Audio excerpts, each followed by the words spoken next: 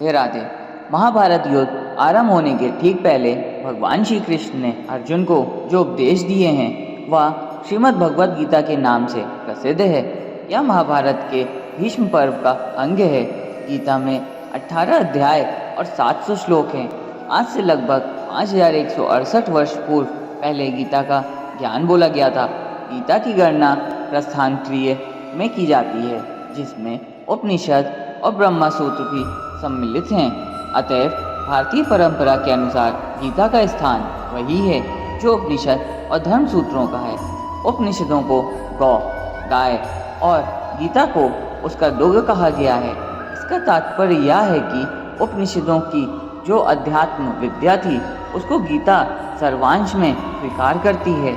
उपनिषदों की अनेक विद्याएं गीता में हैं, जैसे संसार के स्वरूप के संबंध में अश्वत्थ विद्या, अनादि अजन्मा ब्रह्मा के विषय में अव्यय पुरुष विद्या, परा प्रकृति या जीव के विषय में अक्षर पुरुष विद्या और अपरा प्रकृति या भौतिक जगत के विशेष में क्षत्र पुरुष विद्या। इस प्रकार वेदों के ब्रह्मावाद और उपनिषदों के अध्यात्म, इन दोनों की विशेष सामग्री गीता में सन्निविष्ट है। उससे ही पुष्पिका के शब्दों में ब्रह्मा विद्या कहा गया है। महाभारत के युद्ध के समय जब अर्जुन युद्ध करने से मना करते हैं, तब श्री कृष्ण उन्हें उपदेश देते हैं और कर्म व धर्म के सच्चे ज्ञान से अवगत कराते हैं। श्री कृष्ण के इन्हीं उपदेशों को भगवद गीता नामक ग्रंथ में संकलित किया गया है। गीता में 18 अध्याय में वर्णित विषयों की भी क्रम प्राप्त संगति है। पहला अध्याय का नाम अर्जुन विषाद योग है।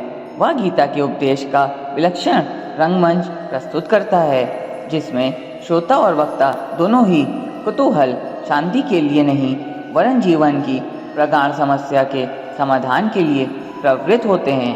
शौर्य और धैर्य, साहस और बल, इन चारों गुणों की प्रभुत मात्रा से अर्जुन का व्यक्तित्व बना था और इन चारों के ऊपर दो गुण और थे, एक क्षमा, दूसरी प्रज्ञा।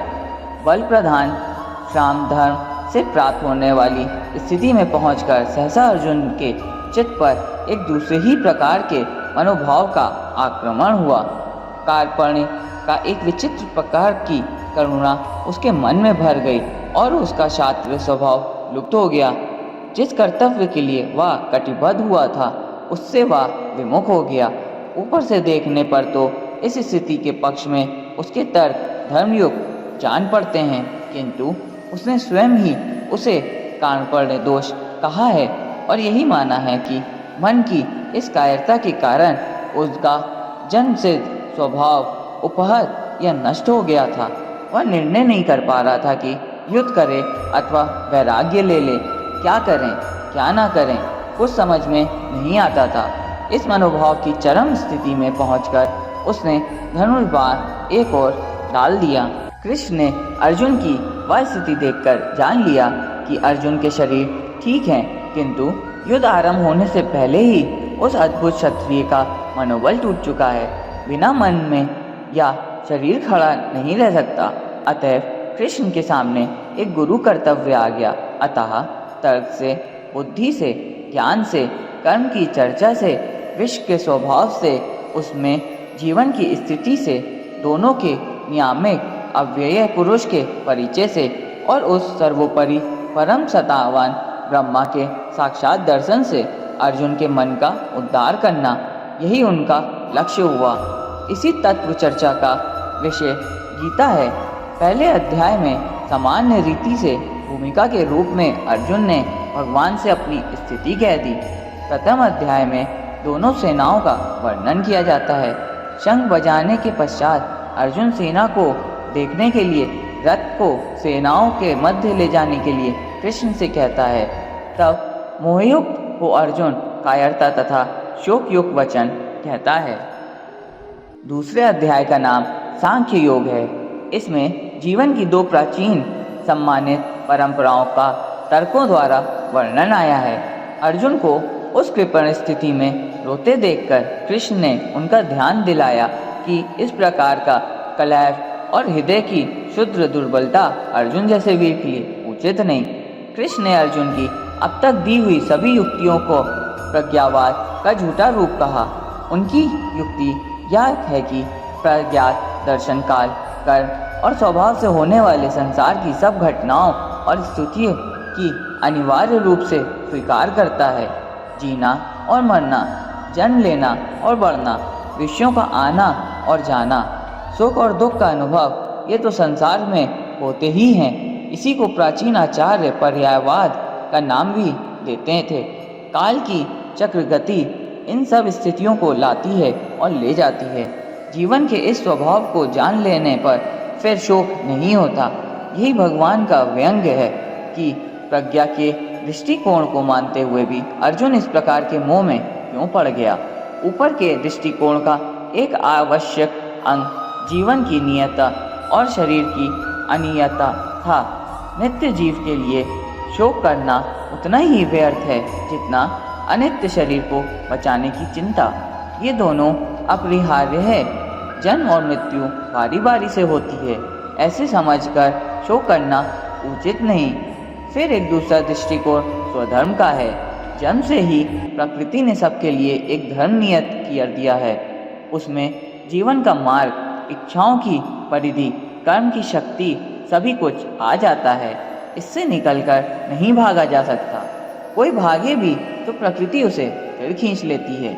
इस प्रकार काल का परिवर्तन या परिणाम, जीवन की नियता और अपना स्वधर्म या स्वभाव, जिन युक्तियों से भगवान ने अर्जुन को समझाया है, उसे उन्होंने सांख्य की बुद्धि कहा है। इससे आगे अर्जुन के प्रश्न न करने पर भी उन्होंने योग मार्ग की बुद्धि का भी वर्णन किया।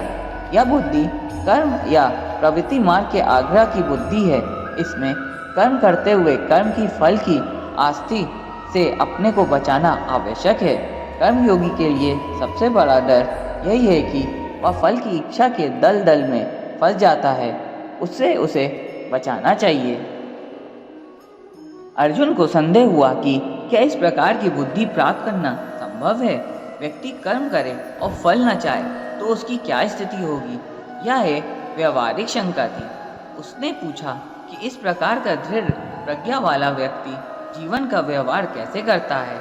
आना जाना, खाना पीना, कर्म करना, उनमें लिप्त होकर भी लिप्त कैसे रह जाता है। कृष्ण ने कितने ही प्रकार की बाध्य इंद्रियों की अपेक्षा मन के संयम की व्याख्या की है। काम, क्रोध, भय, राग, द्वेष के द्वारा मन का सौभाग्य बिगड़ जाता है और इंद्रियां वश में नहीं रहती। इंद्रिय जय ही सबसे बड़ी आत्मजय है। बाहर से कोई विषयों को छोड़ भी दे तो भी भीतर का मन नहीं मानता। विषयों का स्वाद जब मन से जाता है तभी मन प्रफुल्लित, शांत और सुखी होता है। समुद्र में नदियां आकर मिलती हैं पर वह अपनी मर्यादा नहीं छोड़ती। ऐसे ही संसार में रहते हुए उसके व्यवहारों को स्वीकारते हुए अनेक कामनाओं का प्रवेश मन में होता रहता है, किंतु उनसे जिसका मन अपनी मर्यादा नहीं खोता उसे ही शांति मिलती है।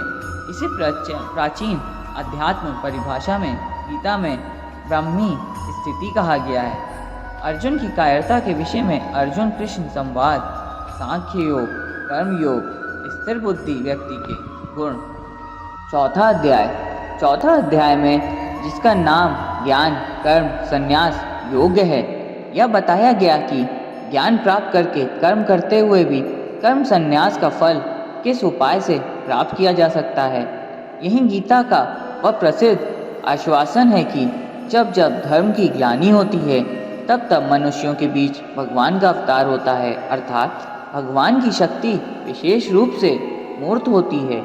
यहीं पर एक वाक्य विशेष ध्यान देने योग्य है। क्षिपंग ही मानुषे लोके सिद्धिर भवति कर्मजा।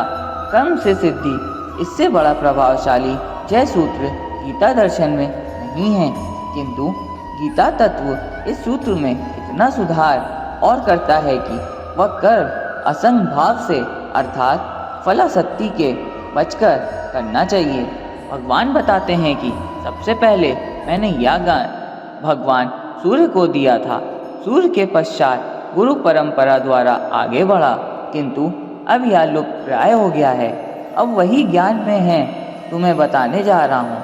अर्जुन कहते हैं कि आपका तो जन्म हाल में ही हुआ है, तो आपने यह सूर्य से कैसे कहा? तब श्री भगवान ने कहा कि तेरे और मेरे अनेक जन्म हुए, लेकिन तुम्हें याद नहीं, पर मुझे याद है। यदा यदा ही धर्मस्य ग्लानिर्भवति भारत अभ्युत्थानं धर्मस्य तदात्मानं सृजाम्यहं परित्राणाय साधूनां विनाशाय च दुष्कृतां धर्म संस्थापनार्थाय संभवामि युगे युगे। श्री कृष्ण कहते हैं, जब जब धर्म की हानि और अधर्म की वृद्धि होती है, तब तब मैं अपना स्वरूप की रचना करता हूँ। साधुओं की रक्षा के लिए, दुष्कर्मियों का विनाश करने के लिए, धर्म की स्थापना के लिए मैं युग युग में मानव के रूप में अवतार लेता हूँ। कर्म, अकर्म और विकर्म का वर्णन, यज्ञों के स्वरूप, ज्ञान यज्ञ का वर्णन। 5वें अध्याय कर्म संन्यास योग नामक में फिर वही युक्तियाँ और दृढ़ रूप में कही गई हैं। इसमें कर्म के साथ जो मन का संबंध है, उसके संस्कार पर या उसे विशुद्ध करने पर विशेष ध्यान दिलाया गया है। यह भी कहा गया है कि ऊंचे धरातल पर पहुंचकर सांख्य और योग में कोई भेद नहीं रह जाता है। किसी एक मार्ग पर ठीक प्रकार से चले तो समान फल प्राप्त होता है। जीवन के जितने कर्म हैं, सबको समर्पण कर देने से व्यक्ति एकदम शांति के ध्रुव बिंदु पर पहुंच जाता है और जल में खिले कमल के समान कर्म रूपी जल से लिप्त नहीं होता। भगवान श्री कृष्ण इस अध्याय में कर्म योग और साधु पुरुष का वर्णन करते हैं तथा बताते हैं कि मैं सृष्टि के हर जीवन में समान रूप से रहता हूँ, अतः प्राणी को समदर्शी होना चाहिए। विद्या विनय संपन्ने ब्रह्माणे गवि हस्तिनी सुनी चैव विश्वापाके च पंडिता समदर्शिना। यानी महापुरुष विद्या विनय युक्त ब्राह्मण में और चंडाल में तथा गाय, हाथी एवं कुत्ते से भी समरूप परमात्मा को देखने वाले होते हैं।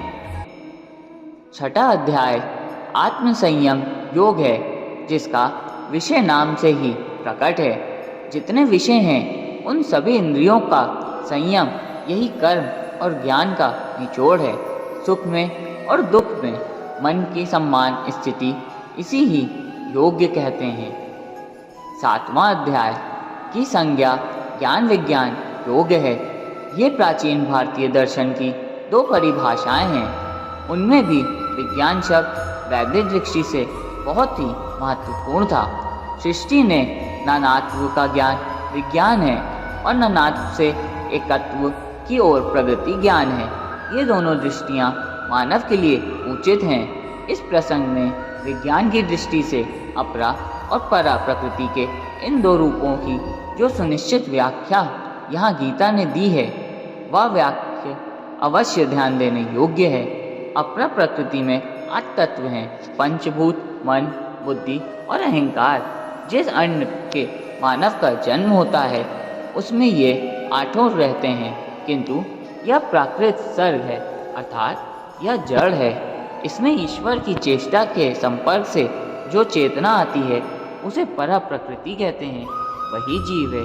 8 तत्वों के साथ मिलकर जीवन नवा तत्व हो जाता है। इस अध्याय में भगवान ने अनेक रूपों का उल्लेख किया गया है, जिनका और विस्तार विभूति योग नामक 10वें अध्याय में आता है।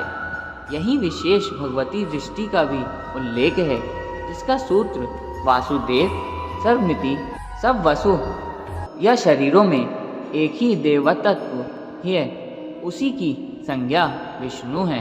किंतु में अपनी अपनी रुचि के अनुसार अनेक नामों और रूपों में उसी एक देवतत्व की उपासना की जाती है। वे सब ठीक है, किंतु अच्छा यही है कि बुद्धिमान मनुष्य और ब्रह्मा तत्व को पहचान जाने, जो आध्यात्मिक विद्या का सर्वोच्च शिखर है। पंच तत्व मन बुद्धि भी मैं हूँ। मैं ही संसार की उत्पत्ति करता हूँ और विनाश भी मैं ही करता हूँ। मेरे भक्त चाहे जिस प्रकार भजें, परंतु अंततः मुझे ही प्राप्त होते हैं। मैं योग माया से अप्रकट रहता हूँ और मूर्ख मुझे केवल साधारण मनुष्य ही समझते हैं। यो यो यान्यान् तनु भक्ता श्रद्धार्चितु मिच्छति तस्य तस्य चलन श्रद्धा तामेव विद्याम्यहम्। वेदाहं समतीतानि वर्तमानानि चार्जुन भविष्याणि च भूतानि मां तु वेद न कच्चन। 8वें अध्याय की संज्ञा अक्षर ब्रह्म योग है। उपनिषदों में अक्षर विद्या का विस्तार हुआ। गीता में उस अक्षर विद्या का सार कह दिया गया है। अक्षर ब्रह्म परमा अर्थात ब्रह्म की संज्ञा अक्षर है। मनुष्य अर्थात जीव और शरीर की संयुक्त रचना का ही नाम अध्यात्म है। जीवन संयुक्त भौतिक देह की संज्ञा अक्षर के और केवल शक्ति तत्व की संज्ञा आधिदैविक है। देह के भीतर तीव्र ईश्वर तथा भूत ये 3 शक्तियाँ मिलकर जिस प्रकार कार्य करती हैं उसे अधियज्ञ कहते हैं। गीताकार के 2 श्लोक में इन यह 6 परिभाषाओं का स्वरूप बांध दिया है। गीता के शब्दों में ओम एकाक्षर ब्रह्मा है। 9वें अध्याय का राजगुह योग कहा गया है अर्थात यह अध्यात्म विद्या विद्यारागी है और यह गुह ज्ञान सब में श्रेष्ठ है। राजा शब्द का एक अर्थ मन भी था, अतः मन की दिव्य शक्तियों को किस प्रकार ब्रह्मा में बनाया गया है इसकी युक्ति ही राजविद्या है। इस क्षेत्र में ब्रह्मा तत्व का निरूपण ही प्रधान है। उसी से व्यक्त जगत का बारंबार निर्माण होता है। वेद का समस्त कर्मकांड यज्ञ अमृत और मृत्यु संत और असंत और जितने भी देवी देवता हैं सबका पर्यवसान ब्रह्मा में है। लोक में जो अनेक प्रकार की देव पूजा प्रचलित है वह भी अपने अपने स्थान में ठीक हैं। समन्वय की यह दृष्टि भगवत आचार्यों को मान्य थी। वस्तुतः यह उनकी बड़ी शक्ति थी। इसके दृष्टिकोण का विचार या व्याख्या 10वें अध्याय में पाई जाती है। 10वें अध्याय का नाम विभूति योग है। इसका सार यह है कि लोक में जितने देवता हैं सभी भगवान की विभूतियां हैं। मनुष्य के समस्त गुण और अवगुण भगवान की शक्ति के ही रूप हैं। बुद्धि से इन छूट भय देवताओं की व्याख्या चाहे ना हो सके किंतु लोक में तो वाही हैं। कोई पीपल की पूजा कर रहा है, कोई पहाड़ को, कोई नदी या समुद्र को, कोई उनमें रहने वाले मछली कछुओं को। यूँ कितने देवता हैं इसका कोई अंत नहीं। विश्व के इतिहास में देवताओं की यह भरमार सर्वत्र पाई जाती है। भागवतों ने इनकी सत्ता को स्वीकारते हुए सबको विष्णु का रूप मानकर समन्वय की एक नई दृष्टि प्रदान की। इसी का नाम विभूति योग है। जो सत्व जीव बलयुक्त अथवा चमत्कार युक्त है वह सब भगवान का रूप है। इतना मान लेना से चित्त निर्विरोध स्थिति में पहुंच जाता है। सर्वभूतानि कौन्तेय प्रकृति यान्ति मामिकाम कल्पक्षणे पुंस्तानि कल्पादौ विसृजाम्यहम्। 11वें अध्याय का नाम विश्व रूप दर्शन योग है। इसमें अर्जुन ने भगवान का विश्व रूप देखा। विराट रूप का अर्थ है मानवीय धरातल और परिधि के ऊपर जो अनंत विश्व का प्राणवंत रचना विधान है उसका साक्षात दर्शन। विष्णु का जो चतुर्भुज रूप है वह मानवीय धरातल पर सौम्य रूप है। जब अर्जुन ने भगवान का विराट रूप देखा तो उसके मस्तक का विस्फोटन होने लगा। दिशो न जाने न लभे च शर्मा, यही घबराहट के वाक्य उनके मुख से निकले और उसने प्रार्थना की कि मानव के लिए जो स्वाभाविक स्थिति ईश्वर ने रखी है वही पर्याप्त है। 12वें अध्याय का नाम भक्ति योग है जो जानने योग्य है। जिसको जानकर मनुष्य परमानंद को प्राप्त हो जाता है अर्थात वो परमात्मा ही सत्य है। 13वें अध्याय में एक सीधा विशेष क्षेत्र और क्षेत्रज्ञ का विचार है। यह शरीर क्षेत्र है तो जानने वाला दिवात्मा क्षेत्रज्ञ है। 14वें अध्याय का नाम गुणत्रय विभाग योग है। यह विषय समस्त वैदिक दार्शनिक और पौराणिक तत्व चिंतन का निचोड़ है। सत्व रज तम नामिक तीन गुण त्रिकों की अनेक व्याख्याएं हैं। गुणों की साम्यावस्था का नाम प्रधान या प्रकृति है। गुणों के वैषम्य से ही वैकृत सृष्टि का जन्म होता है। अकेला सत्व शांत स्वभाव से निर्मल प्रकाश की तरह स्थिर रहता है और अकेला तम भी जड़वत निशेष रहता है, किंतु दोनों के बीच में छाया हुआ रजोगुण उन्हें चेष्टा के धरातल पर खींच लाता है। गति तत्व का नाम ही रजस है। 15वें अध्याय का नाम पुरुषोत्तम योग है। इसमें विश्व का अश्वत्थ के रूप में वर्णन किया गया है। यह अश्वत्थ रूपी संसार महान विस्तार वाला है। देश और काल में इसका कोई अंत नहीं है, किंतु इसका जो मूल या केंद्र है, जिसके ऊर्जव कहते हैं, वह ब्रह्मा ही है। और एक परम तेज जो विश्व रूपी अश्वत्थ को जन्म देता है, सूर्य और चंद्र के रूप में प्रकट है। दूसरी ओर वही एक एक चैतन्य केंद्र में या प्राणी शरीर में आया हुआ है। ऐसा गीता में स्पष्ट कहा गया है, अहं वैश्वानरो भूत्वा प्राणिनां देहमा श्रिता। वैश्वानर या प्राणमयी चेतना से बढ़कर और दूसरा रहस्य नहीं है। नर या पुरुष तीन हैं, क्षर, अक्षर और अव्यय। पंचभूतों का नाम क्षर है, प्राण का नाम अक्षर और मनस्तत्व या चेतना की संज्ञा अव्यय है। इन्हीं तीन नरों की एकत्र स्थिति में मानवीय चेतना का जन्म होता है। उसे ही ऋषियों ने वैश्वानर अग्नि कहा है। 9वें अध्याय में देवासुर संपत्ति का विभाग बताया गया है। आरंभ से ही ऋग्वेद में सृष्टि की कल्पना दैवी और असुरी शक्तियों के रूप में की गई है। यह सृष्टि के द्विविरुद्ध रूप की कल्पना है, एक अच्छा और दूसरा बुरा, एक प्रकाश में दूसरा अंधकार में, एक से सत्य दूसरा अनृत्य। 17वें अध्याय की संज्ञा श्रद्धात्रय विभाग योग है। इसका संबंध सत, रज और तम इन तीन गुणों से ही है, अर्थात जिसमें जिस गुण का प्रादुर्भाव होता है उसकी श्रद्धा या जीवन में निष्ठा वैसी ही बन जाती है। यज्ञ, तप, दान, कर्म ये सब तीन प्रकार की श्रद्धा से संचालित होते हैं।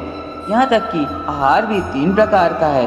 उनके भेद और लक्षण गीता ने यहाँ बताए हैं। 18वें अध्याय की संज्ञा मोक्ष संन्यास योग है। इसमें गीता के समस्त उपदेशों का सार एवं उपसंहार है।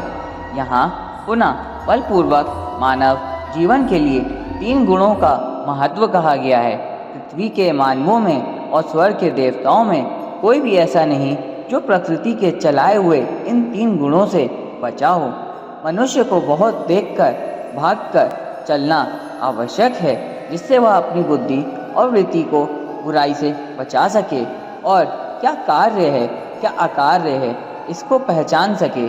धर्म और अधर्म को, बंध और मोक्ष को, वृत्ति और निवृत्ति को जो बुद्धि ठीक से पहचानती है, वही सात्विकी बुद्धि है और वही मानव की सच्ची उपलब्धि है। इस प्रकार भगवान ने जीवन के लिए व्यवहारिक मार्ग का उपदेश देकर अंत में यह कहा कि मनुष्य को चाहिए कि संसार के सब व्यवहारों का सच्चाई से पालन करते हुए जो अखंड चैतन्य तत्व है, जिससे ईश्वर कहते हैं, जो प्रत्येक प्राणी के हृदय या केंद्र में विराजमान है, उसमें विश्वास रखें, उसका अनुभव करें।